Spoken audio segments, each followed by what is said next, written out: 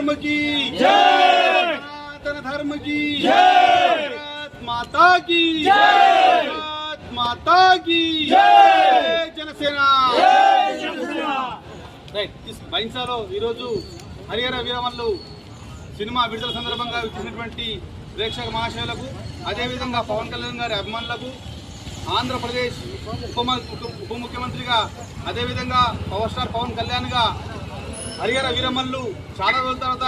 మా దేవుడి సినిమా ఇక్కడ రావడం మేమందరం కూడా అదృష్టంగా భావిస్తూ, ఏదైతే ఈ సినిమా ధర్మబద్ధంగా ప్రజాయుద్ధంగా యుద్ధ ప్రతిపాదికన జరుగుతున్నటువంటి ఈ సినిమాని ప్రతి ఒక్క ప్రేక్షకుడు, అభిమానులు ప్రతి ఒక్కరు కూడా